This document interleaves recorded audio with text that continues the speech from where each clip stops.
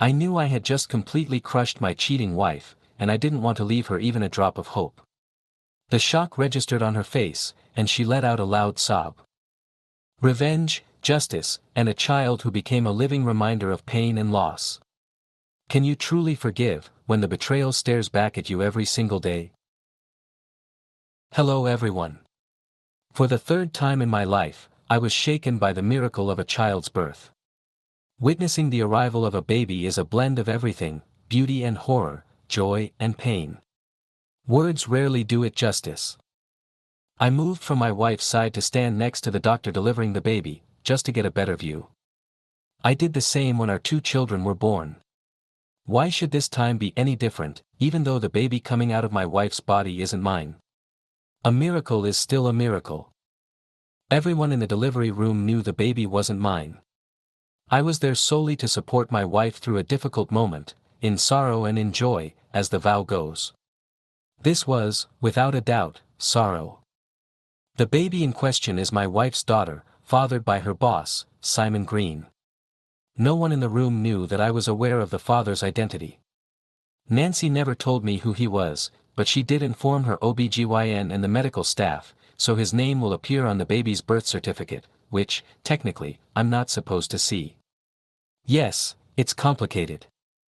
According to the agreement between my wife and me, I'll leave our home 1 month after she and the baby return. As I said, that month is my way of offering support for 17 years of marriage and 2 wonderful children. The reason I won't do more is the infidelity that led to this birth. She and her lover had been sleeping together for about a year, as she confessed when she told me she was pregnant, 7 months ago.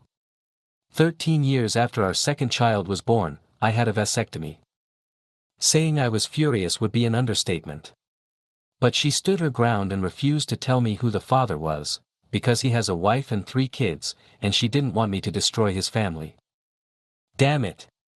He can destroy mine, and you don't want me to destroy his? You're a sentimental, stupid martyr. I shouted. At that moment, everything between us was over. But I stayed for our 2 children, Sophie, 15, and Gary, 13. After weeks of yelling and fighting, we agreed I'd stay until a month after the baby was born. She said the father didn't want anything to do with the child, so I agreed to attend birthing classes with her, be present in the delivery room, and stay until she and the baby adjusted. Then I'd leave. I'm a certified public accountant. Not the most exciting job. I have no military background, I'm not a spy, and I have no ties to the mafia. But oddly enough, I have good connections in the business world, so it's fair to say I'm not without resources. In 2 weeks, I found out Simon Green's name, address, phone number, bank account numbers, and personal history going back to 8th grade. I didn't tell my wife any of this. I leaned toward her head as the doctor cut the umbilical cord and handed the baby to the nurse for examination and cleaning.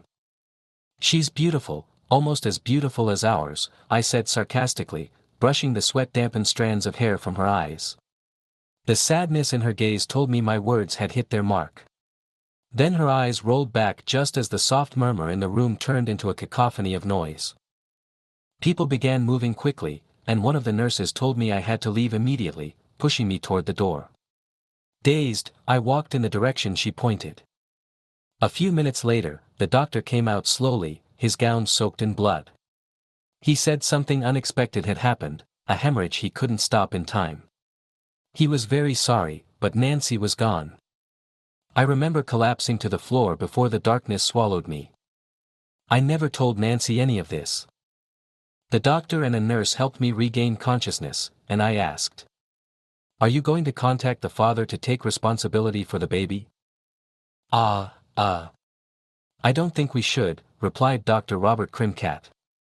"I think I need to speak with the hospital administrator." Even though I knew I didn't want to raise Nancy's child, I also didn't want the baby to end up in an adoptive family, especially when there was a biological parent who could step in. I pressured the hospital administration to call Simon Green.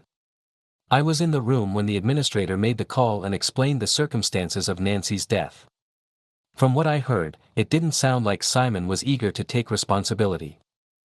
An hour later, I was standing at Simon Green's front door, knowing his wife Lydia was home.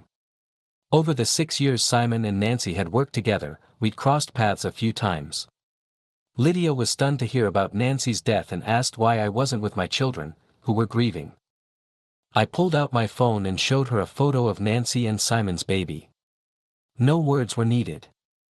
"That little bastard," she screamed. It took several minutes before I could calm her down enough to talk. I explained that if she and Simon didn't take responsibility for the baby, Nancy's parents, my in-laws, would likely try to adopt her. Despite the tension between us over Nancy's actions, I knew they would do everything they could to raise the child. But in my view, the biological father should have the first opportunity. "And this also gives you a perfect chance to ruin my husband's life and marriage just as he ruined yours," Lydia said coldly. "I won't pretend that thought hasn't crossed my mind," I admitted. "But I also believe the baby shouldn't grow up with just one parent. I'm not saying you should be the one to lose here, but I think this needs to be negotiated between you and your husband. And you should also make sure I don't get arrested or sued when I eventually decide to physically take revenge on him, because that day will come." I returned home to my children, who were devastated. My in-laws and my own parents were also there. "You're not leaving now, are you, Dad?" Gary asked as we sat around the table. "No, son. I'm canceling my backup plans. We'll stay together, as a family," I replied. I felt the atmosphere at the table shift. Everyone knew the question that hung in the air, but no one wanted to be the one to ask it. It was my mother-in-law who finally did. "And what will happen to the baby, Damien?" Marilyn asked. "Will we be able to raise her?" "For now, the decision is in the hands of her father," I said. "Legally, she's his child. He'll have to relinquish his rights before you can take custody." "Will we ever see our sister, half-sister?" Sophie asked, correcting herself when she saw my expression. "I suppose that depends on the baby's father, if he chooses to do the right thing and raise her." "Your rights as half-siblings aren't the same as his rights as a parent," I replied. "If the father allows it, could we bring her home from time to time?" Sophie asked, and I felt every eye turn toward me. "No," I said flatly. "I don't want a reminder in this house of your mother's betrayal. If you want to spend time with her and her father allows it, you can visit her at your grandparents' house." Without looking at them, I could feel my in-laws shift uncomfortably. At least this time I didn't call my late wife a prostitute, though that wouldn't be entirely accurate either. The farewell and funeral were hard. Most of our family and close friends knew about our estrangement due to Nancy's infidelity. Many knew I'd had a vasectomy years ago, so they understood the baby wasn't mine. Though I didn't wish for her death, we were in the middle of a divorce, and I'm sure some of our relatives saw my grief as hypocritical. Hell, I admit I felt hypocritical myself. We had 16 good years of marriage, I don't count the last one, and 3 years together before we tied the knot. That's the Nancy I'll miss. I'll admit it, the first thing I noticed about Nancy was the tight t-shirt that seemed to barely contain a pair of melons, as she walked across the Michigan State campus with a friend at the start of our sophomore year. She was about 5'7" and maybe weighed 120 pounds, most of which seemed to be in that shirt. "Damn! Look at that!" I said to my roommate, Benji, as the two women passed by. "Whoa," Benji replied. "Now that's impressive." Benji was never going to write a bestseller or compose a hit song. We turned our heads in the direction the girls were walking. I watched her long blonde hair and slender figure as they walked ahead of us. I was completely captivated, not even knowing if she had any personality or intelligence. 2 weeks passed before I learned her name was Nancy and that she was studying finance. Finance isn't much less boring than accounting, but you definitely need a brain for it. She accepted my invitation to go out, and she didn't just look like a goddess, she had a standout personality, a mile-wide streak of sarcasm, and was a huge sports fan. Bingo! My conservative nature was completely overwhelmed by this force of nature. All I knew was that I needed to make her mine. By our third date, we decided to be exclusive. I did everything I could to make it an unforgettable experience for her. Judging by her reaction, I think I succeeded. A year after we graduated from college, we got married and moved to Denver, Colorado. I landed a job at one of the top accounting firms in the state, and Nancy got hired by a major bank in Denver. 2 years later, Sophie was born, and 2 years after that, Gary joined the family. We both had good jobs and were earning well. Life was good, until it wasn't. I never would have thought something like this could happen. She didn't become distant or withdraw affection. She wasn't cruel to me or the kids. Sometimes she worked late, but she'd always done that throughout her career. I worked late now and then too. She told me the kids had gone to her parents for the weekend, which wasn't unusual. She was finishing up what looked like a special dinner, some kind of beef dish, silverware on the table, cloth napkins, our crystal wine glasses. I thought maybe I'd get lucky, all weekend long. The food was amazing. My expectations were sky high when Nancy brought out a chocolate coffee cake for dessert. I kept waiting for her to make some kind of announcement. Finally, she cleared her throat. "I'm pregnant, Dame," she whispered, without lifting her eyes from the table. I gasped, coughed, choked, then threw up, all over the fancy lace tablecloth. The end of a perfect evening, and the end of my marriage as I knew it. Nancy screamed as my vomit hit the table. "Oh no," she cried, jumping up and grabbing a roll of paper towels. I got up too, but ran straight to the bathroom and emptied the rest of that delicious meal. When I came back to the dining room, I'd washed my face and dried my tears.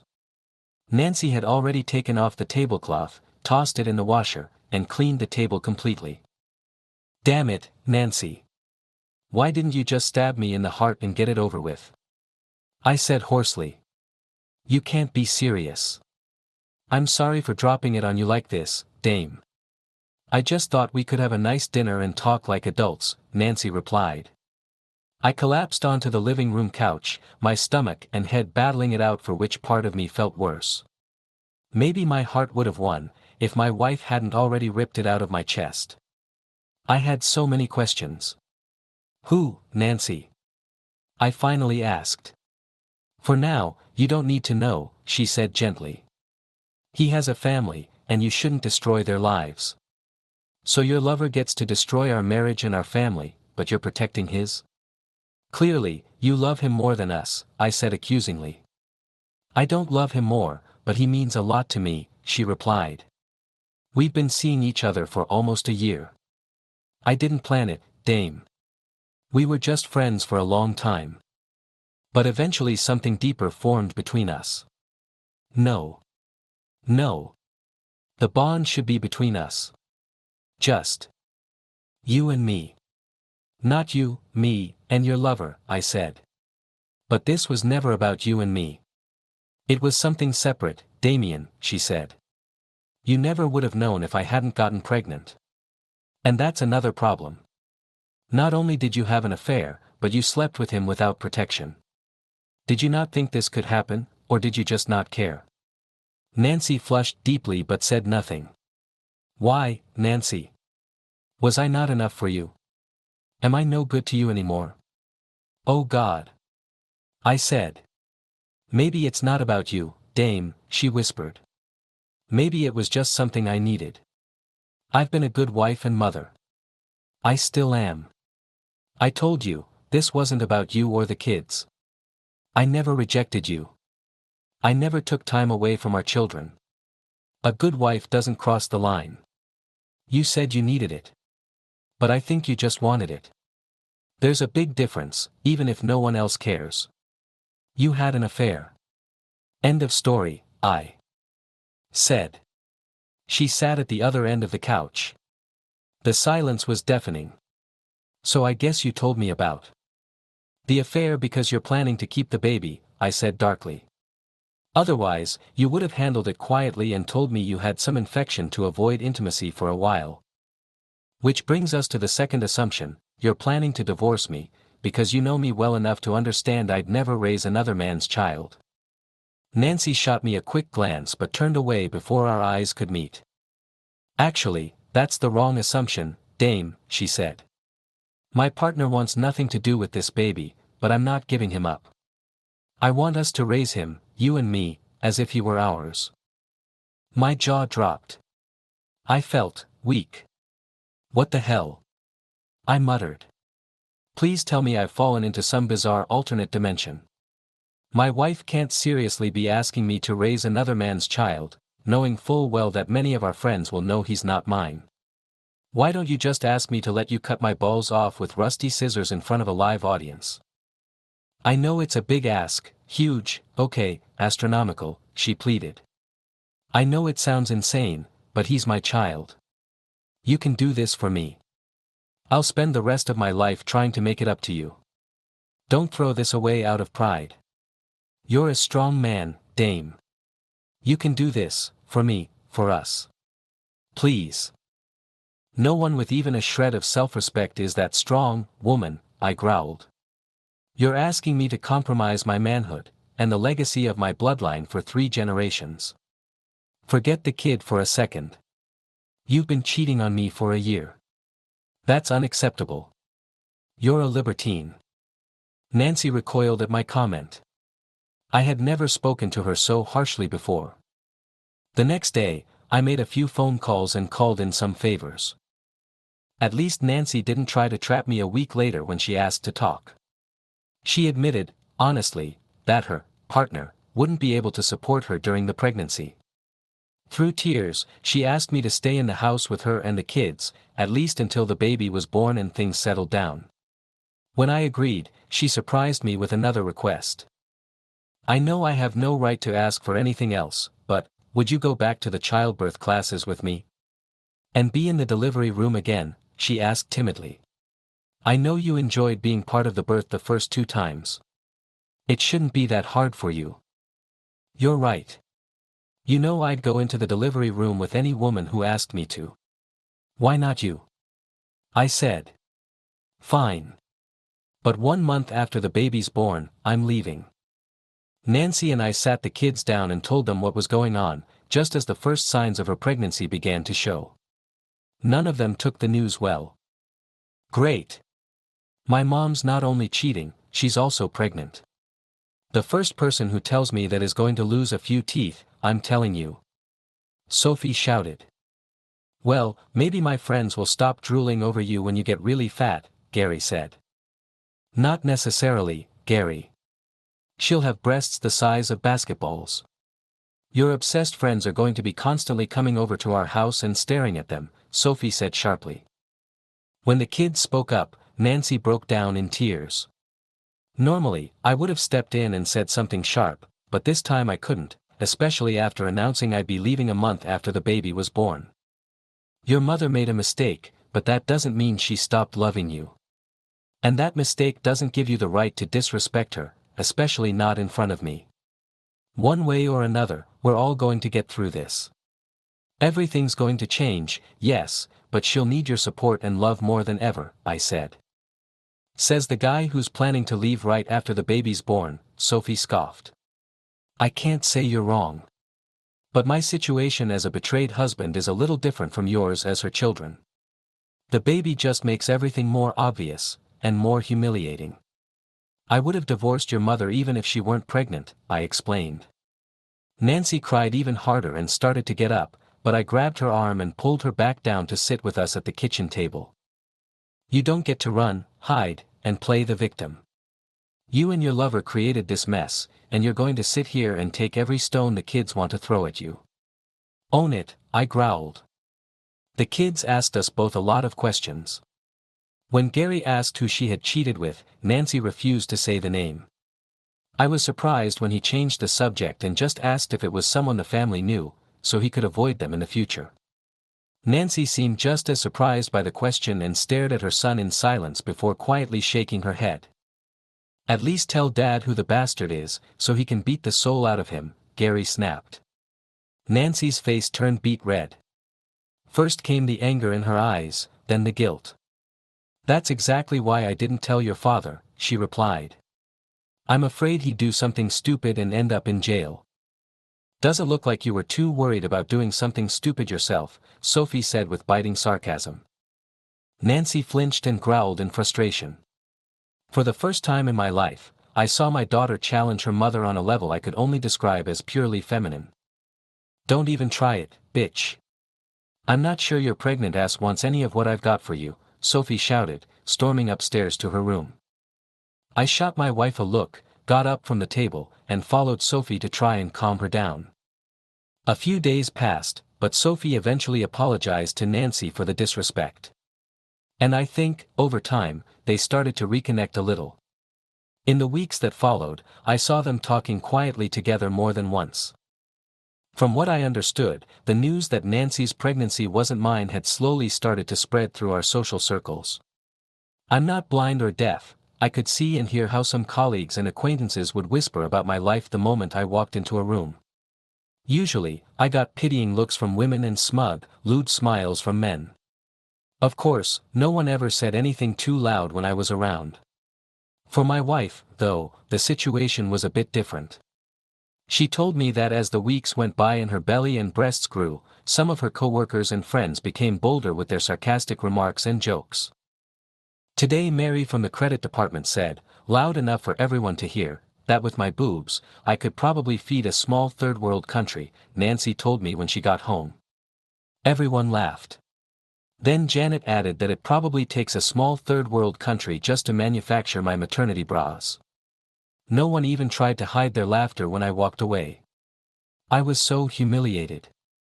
She started crying, and I stepped forward to hug her. It was one of the few times I'd touched her since she confessed her betrayal. She looked into my eyes and saw the anger there.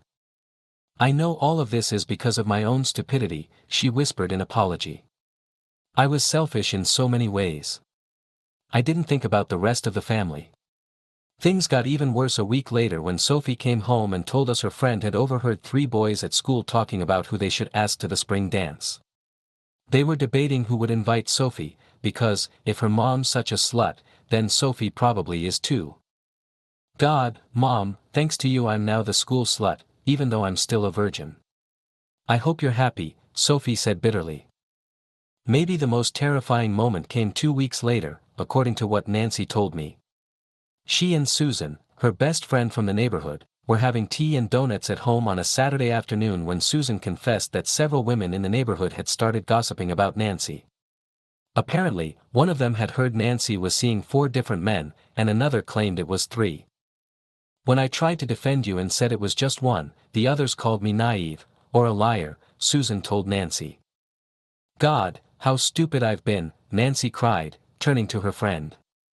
By then, Nancy and I had been getting along relatively well for a few weeks. Since her confession, I'd been sleeping in the guest room. I didn't know if she was still seeing Simon, but I had no desire to share a bed with her.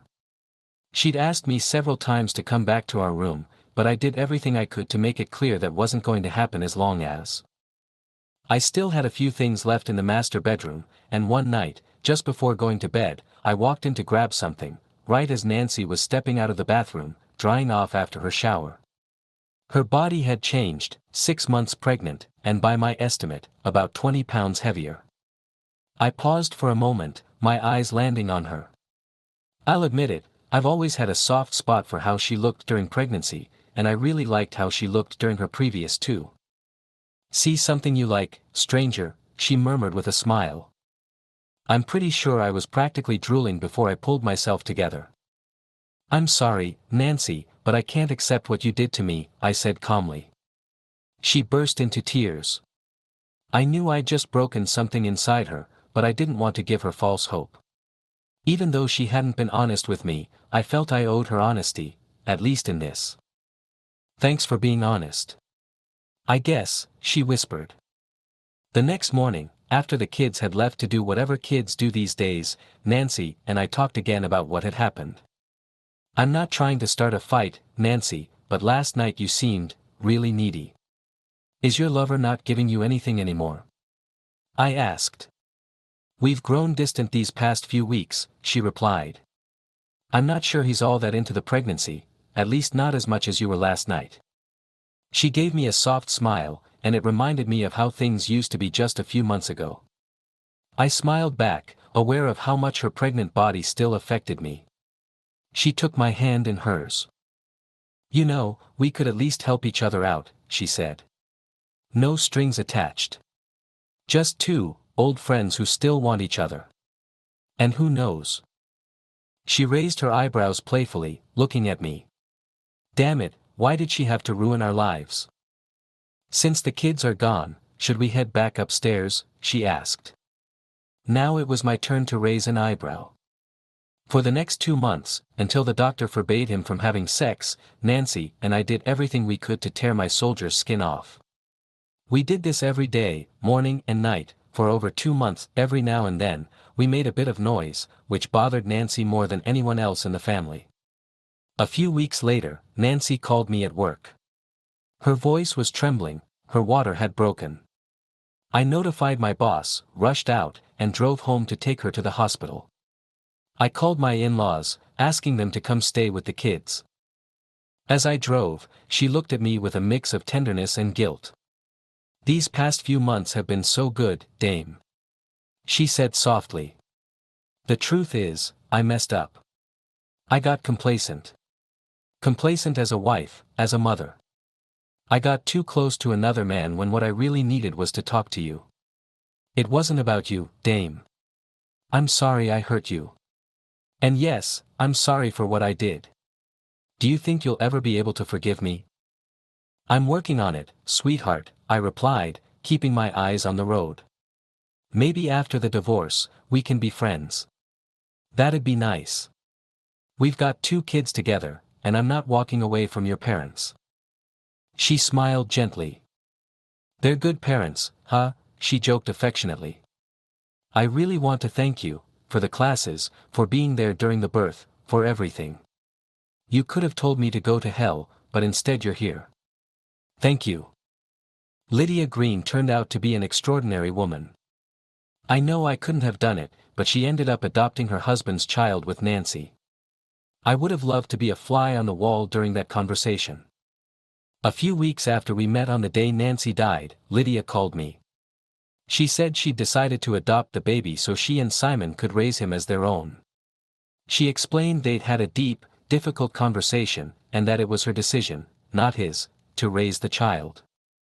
A child shouldn't suffer because my husband couldn't keep his pants on and his mistress died, Lydia said firmly.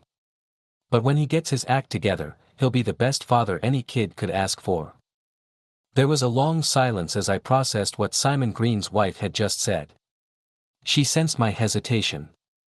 You once told me you wanted revenge on my idiot husband, and that I should let you have it.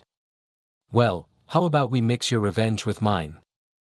We met in the dark back lot of a fancy restaurant in the city a few weeks later. Lydia had told Simon they had dinner reservations. He was surprised when I stepped out from between 2 parked cars, just after he got out of his. We'd seen each other a few times over the years, so he knew who I was. His face turned into a mask of shock as I walked up and landed a clean right-handed punch to his chest. The sickening crunch of his jaw easily outweighed the pain in my hand. I watched him bounce off the door of his BMW and collapse to the ground. He lay there groaning as Lydia slowly circled the car and approached me. I handed her the handful of nickels I'd been holding in my right hand, and she tucked them into her purse. I nodded and stepped deeper into the shadows, but I didn't leave. Even though I don't think this makes us even, Damien assured me this would be the one and only time he gets revenge on you for ruining his marriage and his life, not to mention knocking up his late wife. Unless I tell him you've gone back to your old habit of chasing fun outside the home. You're not going to press charges or try to get back at Damien, because then I'll have to tell the police I didn't see a thing. Now hand me your keys, and I'll drive you to the hospital to get that jaw looked at. Any questions, darling? Simon groaned, but got up off the pavement and handed Lydia his keys. Lydia never called me again to reconsider her relationship with her husband, and I suppose that since our mutual agreement in that parking lot 15 years ago, he hasn't cheated on her. My kids say their adoptive sister is a wonderful girl, polite, smart, and beautiful. My in-laws speak highly of her too. I'm glad Lydia allowed them to stay in touch with the girl over the years. Ariel, that's what they named her, knows she's not Lydia's biological daughter. She also knows who Nancy was, and that I'm the father of Sophie and Gary. On the rare occasions we cross paths at some event, she calls me Uncle Dame. I don't hold anything against her, but she's a living reminder of what I lost. I went to therapy for several years. I'm not sure it really helped. In the last 15 years, I've barely dated. And now, I doubt I'll ever get married again. Thank you for your time.